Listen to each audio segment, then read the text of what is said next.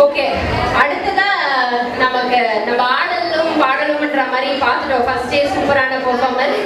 அடுத்தது நமக்கு வந்து வாழும் வளரும் நாகரீகமும் சொல்றதுக்காக நம்மள வினோத் அப்புறம் அவங்களோட பையன். Next, I would like to welcome Vinod and his son to the stage.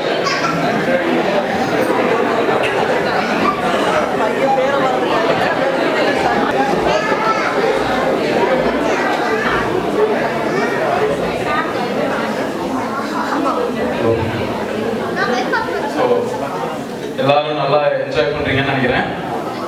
First அனைவருக்கும் இனிய தமிழ் புத்தாண்டு நல்வாழ்த்துக்கள். ஸோ யூஸ்வலாக நம்ம வந்துட்டு சங்கம் டாக்ஸ் கொடுத்துக்கிட்டு இருந்தோம், சங்கம் விளக்க காட்சி அப்படின்னு சொல்லிட்டு. ஸோ அதை முன்னோட்டமாக நம்ம சரி இந்த தடவை கொஞ்சம் ஸ்டார்ட் பண்ணலாம் அப்படின்ற ஒரு பிளான்ல இருக்கும். ஸோ இன்னைக்கு கொடுக்க போகிற தலைப்பு என்னன்னா, தமிழ்நாடு வாழும் வளரும் நாகரீகம். ஸோ இன்னைக்கு முடிஞ்ச வரைக்கும் நான் தமிழ்ல பேசுறேன். ஏதாவது இங்கிலீஷ் வார்த்தை வந்துச்சுன்னா வெளியேற்றம் பண்ணிடாதீங்க, கொஞ்சம் அட்ஜஸ்ட் பண்ணிக்கோங்க. நான் முடிஞ்ச வரைக்கும் தன்விகாவோட கொஞ்சம் ட்ரை பண்றேன். தன்விகா ஆல்ரெடி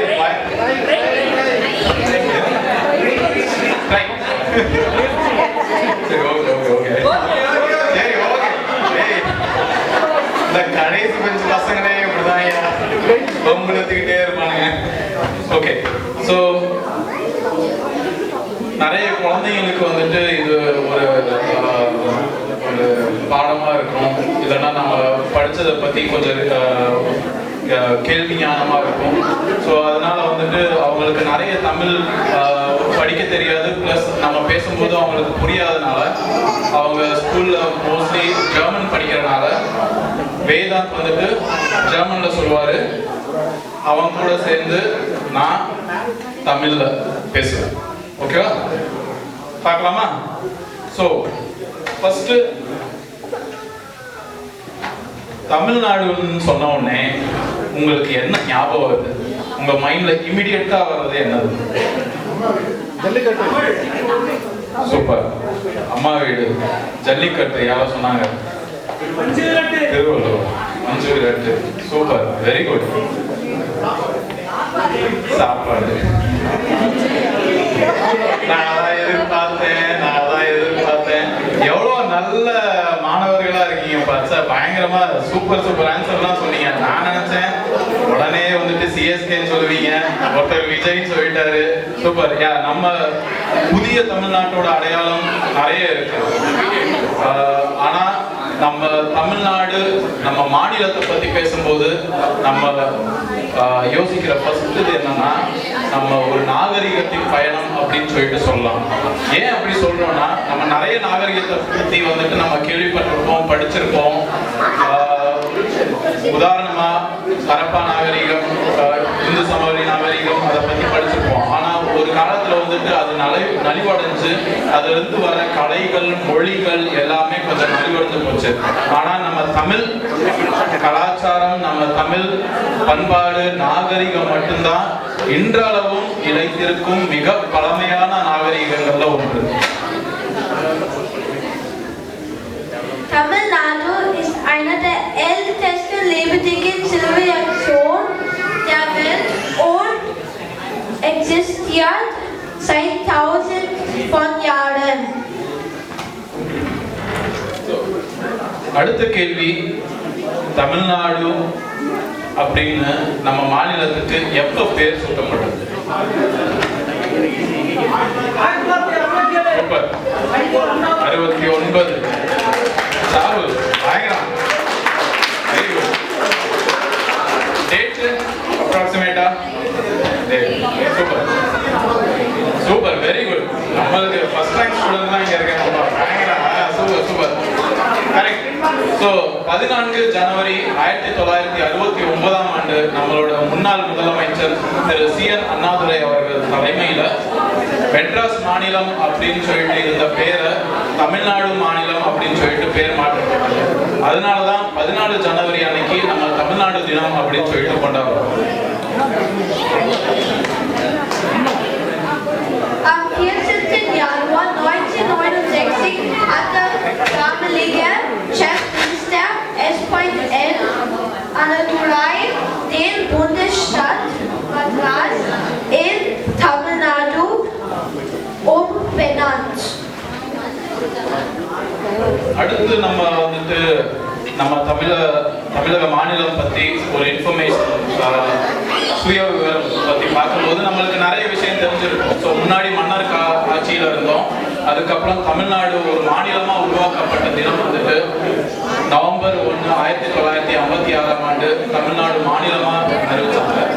அதுக்கப்புறம் நம்ம தலைநகரம் மொழி பத்தி நம்மளுக்கு எல்லாமே தெரியும்.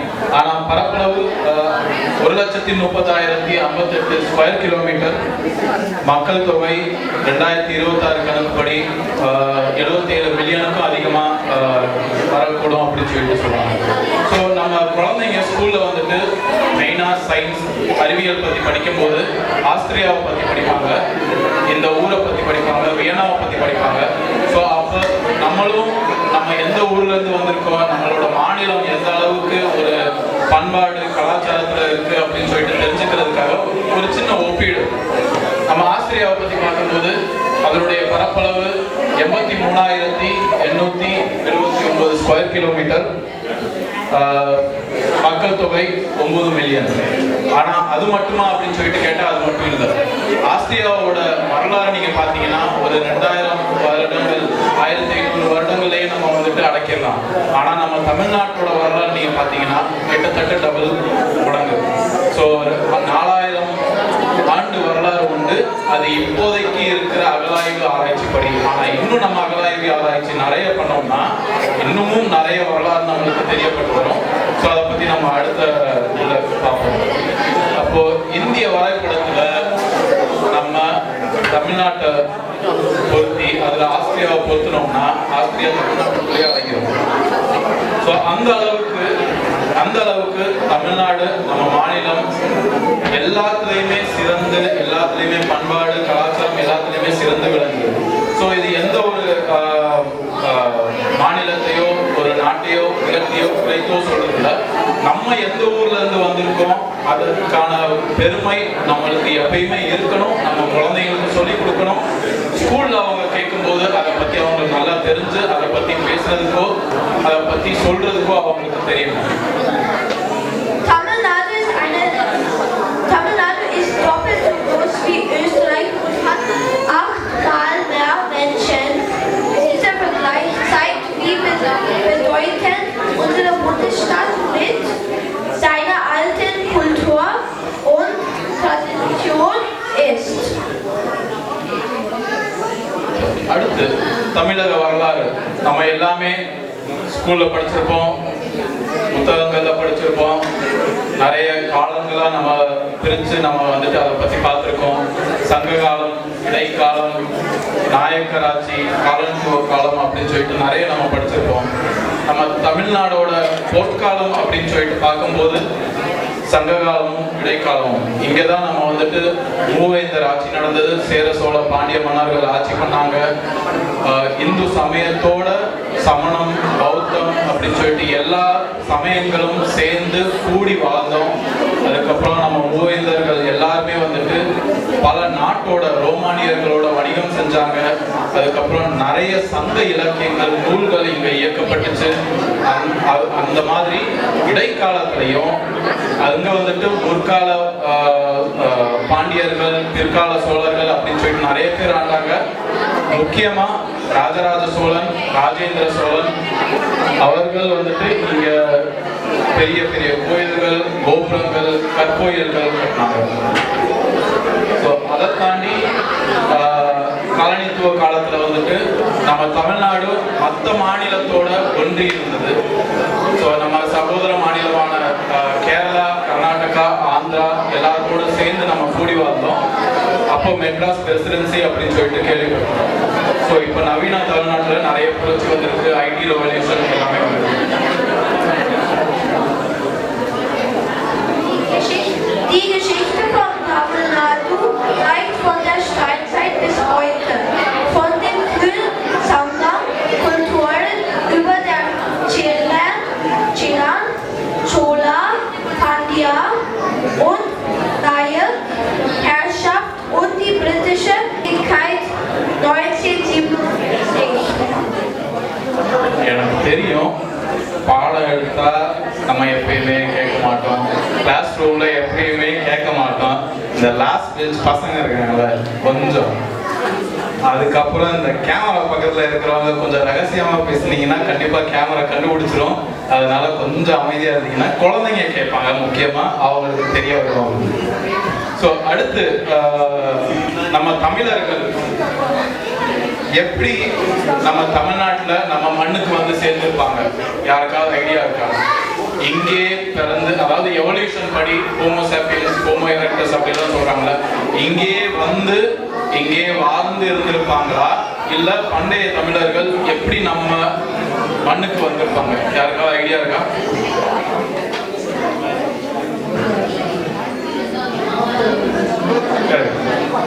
குமரி நாடம், அதுவும் ஒரு தியரி இருக்கு. அதுக்கப்புறம் வந்துட்டு நம்ம தலைவர் சொன்னாரு ஆப்பிரிக்கா வந்திருப்பாங்க. சூப்பர்.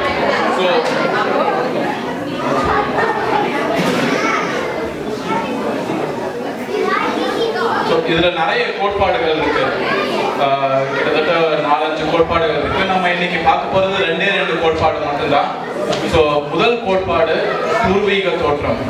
ஸோ கிட்டத்தட்ட 60,000 to 70,000 ஆண்டுகளுக்கு முன்னாடி ஆப்பிரிக்கா கண்டத்துல இருந்து நம்ம ஆதி மனிதர்கள் கடல் வழியா தென் ஆசியாவுக்கு வந்து சேர்ந்தாங்க. ஸோ அவங்க வந்து சேர்ந்தவங்களை வந்துட்டு பண்டைய தென் இந்திய மூல மக்கள் அப்படின்னு சொல்லிட்டு சொல்றாங்க. அது எப்படி சொல்றாங்க, எப்படி வந்துட்டு நம்மளுக்கு தெரியும் அவங்க ஆப்பிரிக்கா கண்டத்துல இருந்து வந்தாங்க அப்படின்னு சொல்லிட்டு ஆராய்ச்சி பண்ணும்போது 2025 நிறைய ஆராய்ச்சியாளர்கள் என்ன கண்டுபிடிச்சாங்கன்னா, மரபணு சோதனை பண்ணாங்க. அது ஆப்பிரிக்காவில் இருக்கிற ஆதி மனிதர்கள், இண்டிஜினஸ் பீப்புள் அப்படின்னு சொல்லிட்டு சொல்லுவாங்க, அவங்களோட மரபணுவும் ஆசியாவில் இருக்கிற நிறைய பேரோட மரபணுவும், அதாவது நார்த் இந்தியா, சவுத் இந்தியா எல்லாரோட மரபணுவும் சேர்ந்து செக் பண்ணி பார்க்கும்போது அவங்க கண்டுபிடிச்சது என்னன்னா, மெயினா பல ஜீன்ஸ் வந்துட்டு ரொம்ப கன்சர்வ்டா இருக்கு. நிறைய என்ன சொல்றது, ஒரு மரபணுல வந்துட்டு சில கூறுகள் வந்துட்டு ஆப்பிரிக்கால வாழ்ற இண்டிஜினஸ் பீப்புளுக்கும் நம்ம தமிழ்நாட்டில் இருக்கிற இண்டிஜினஸ் பீப்புளுக்கும் ஒன்றா இருந்துச்சு. அதுல ஒண்ணு என்னன்னா மைட்டோகாண்ட்ரியல் ஹாப்ளோகுரூப் M அப்படின்னு சொல்லிட்டு நிறைய ஜீன்ஸ் கண்டுபிடிச்சிருக்காங்க. ஆனா இந்த ஜீனும் ஒன்றா சொல்லியிருக்காங்க. ஸோ இந்த கோட்பாடு படி, இந்த எவிடன்ஸ் படி அவங்க எப்படி சொல்றாங்கன்னா, நம்மளோட தமிழர்கள் ஆதி மனிதனா இருக்கும்போது அவங்க ஆப்பிரிக்கால இருந்து வந்திருப்பாங்க. அதுக்கப்புறம் இங்க வாழ்ந்து இங்க கலைகள் எல்லாமே உருவாக்கி அதுக்கப்புறம் மொழி வந்திருக்கும். அதுக்கப்புறம் தமிழர்கள் இங்க வாழ்ந்திருக்கலாம் அப்படின்றது இது ஒரு theory. Vor 60.000 bis 70.000 Jahren kamen die Vorfahren der Tamilen aus Afrika nach Südasien. Das zeigen genetische Beweise und sie gelten als eine der ältesten Bevölkerungsgruppen der Welt. அடுத்த கோட்பாடு என்னன்னா, திராவிட மற்றும் சிந்து சமவெளி தொடர்பு கோட்பாடு. ஸோ இதபடி என்னன்னா, சிந்து சமவெளி நாகரிகம் கொஞ்சம் கொஞ்சமா வீழ்ச்சி அடையும் போது அங்கிருந்து மக்கள் இடம்பெயர்ந்து நம்மளோட தெற்கு இந்தியா பக்கம் வந்து தமிழ்நாட்டில் வந்து வந்த வேட்டையாடு மக்களோட இணைஞ்சிருக்காங்க. இது எப்படி வந்துட்டு இந்த தியரி வந்துட்டு எப்படி அவங்க சொல்றாங்கன்னா, கீழடியில இருந்து வந்த எவிடன்சஸ் படி அங்க இருக்கிற மொழிக்கும், அதாவது நம்மளோட மொழிக்கும் தமிழ் மொழிக்கும் திராவிட மொழி அப்படின்னு சொல்ற பாகிஸ்தான் இந்தியா நடுவுல இருக்கிற ஒரு பிரபு மக்களோட பேசுற மொழிக்கும் கொஞ்சம் இணைப்பு இருக்கு. அதனால அங்கிருந்து சில மக்கள் இங்க வந்து வசிச்சிருக்கலாம். அதுக்கப்புறம் தமிழ் மக்களோட ஒன்றிணைஞ்சு இருந்திருக்கலாம் அப்படின்ற ஒரு கோட்பாடு இருக்கு. இதுவும் ஒரு தியரி தான். இப்போ வந்துட்டு கீழடியில இருந்து கண்டுபிடிச்ச எவிடன்சஸ் இன்னும் ப்ரூவ் பண்ணுது. ஆனா மற்ற தியரிஸும் என்ன சொல்லுதுன்னா எல்லாமே சேர்ந்து இந்த தியரிஸ் எல்லாம் சேர்ந்து ஒன்னா சேர்ந்து தான் இருந்திருக்கணும். ஏன்னா ஹோமோசாப்பியன்ஸ்ன்றது வந்துட்டு ஆப்பிரிக்கா கண்டத்துல இருந்து வந்த ஒரு மனித இனம் அப்படின்னு சொல்லிட்டு இது வரைக்கும் science prove. Als die Indus-Tal-Zivilisation unterging, wanderten die Sprecher dravidischer Sprachen wie Tamilisch nach Süden, belegt durch die Kiladi-Ausgrabungen und die Brahmin-Menschen in Pakistan. So நான் இன்னும் நிறைய கோட்பாடு இருக்கு, நிறைய ஸ்லைட்ஸ் இருக்கு, ஆனால் நான் அவங்கள போர் அடிக்க விரும்பலை. ஸோ நம்ம நிறைய நம்மளோட மாநிலத்தை பற்றி தெரிஞ்சுக்கணும். ஸோ இதோட நம்ம என்ன சொல்ல வரோம்னா நிறைய புக்ஸ் இருக்கு, இதை பற்றி நிறைய புக்ஸ் நீங்கள் தேடி பார்த்தாலே கிடைக்கும். அதே மாதிரி வந்துட்டு இந்த புக்கை நான் நல்லாவே ரெக்கமெண்ட் பண்ணுவேன். இந்த புக்கு நீங்கள் படித்தாலே தெரியும். அதில் நிறைய சயின்டிஃபிக் எவிடன்சஸை வச்சு அவங்க அதை சொல்லுவாங்க. ப்ளஸ் நம்மளோட தொல்காப்பியம் அதெல்லாம் படித்தாலே நம்மளுக்கு வந்து நம்மளோட வரலாறு பற்றி நிறைய தெரிஞ்சிருக்கும். ஸோ நான் இன்னைக்கு சொன்ன டிஎன்ஏ எவிடன்ஸ், அதாவது மரபணு எவிடன்ஸ் எல்லாமே வந்துட்டு இந்த ஜேர்னலில் தான் பப்ளிஷ் பண்ணியிருக்காங்க. போன வருஷம் அந்த மாதிரி இந்தியாவில் இருந்து நிறைய ஆராய்ச்சி நடக்குது இப்போ. அதே மாதிரி இன்னமும் ஆராய்ச்சி நடந்தால் மேபி நம்ம ஊர்லேயே உங்கள் இடத்துலையே உங்கள் வீட்டுக்கு கீழேயே நம்மளோட நாகரிகம் புரிஞ்சு கிடக்கலாம். ஸோ இப்போ வரைக்கும் நம்ம பார்த்தது நம்ம வரலாறு மட்டும் அல்ல, இது ஒரு அடையாளம், நம்மளோட அடையாளம். தமிழ் ஒரு மொழி மட்டும் அல்ல, அது ஒரு உயிர் வாழ்ந்துகிட்டே இருக்கு, வாழ வைக்கணும்.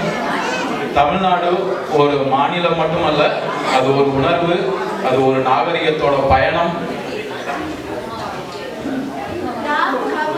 நாம் தமிழர் என்பதில் பெருமை கொள்வோம்.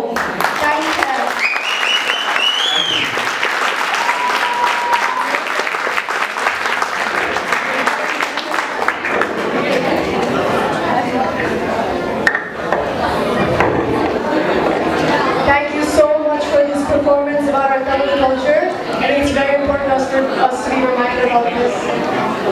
Thank you brother, thank you Vedant. எங்களுக்கு வரலாறு பற்றியும் இலக்கியம் பற்றியும் சொல்றதுக்கு, தமிழோட முக்கியத்துவத்தை சொல்றதுக்கு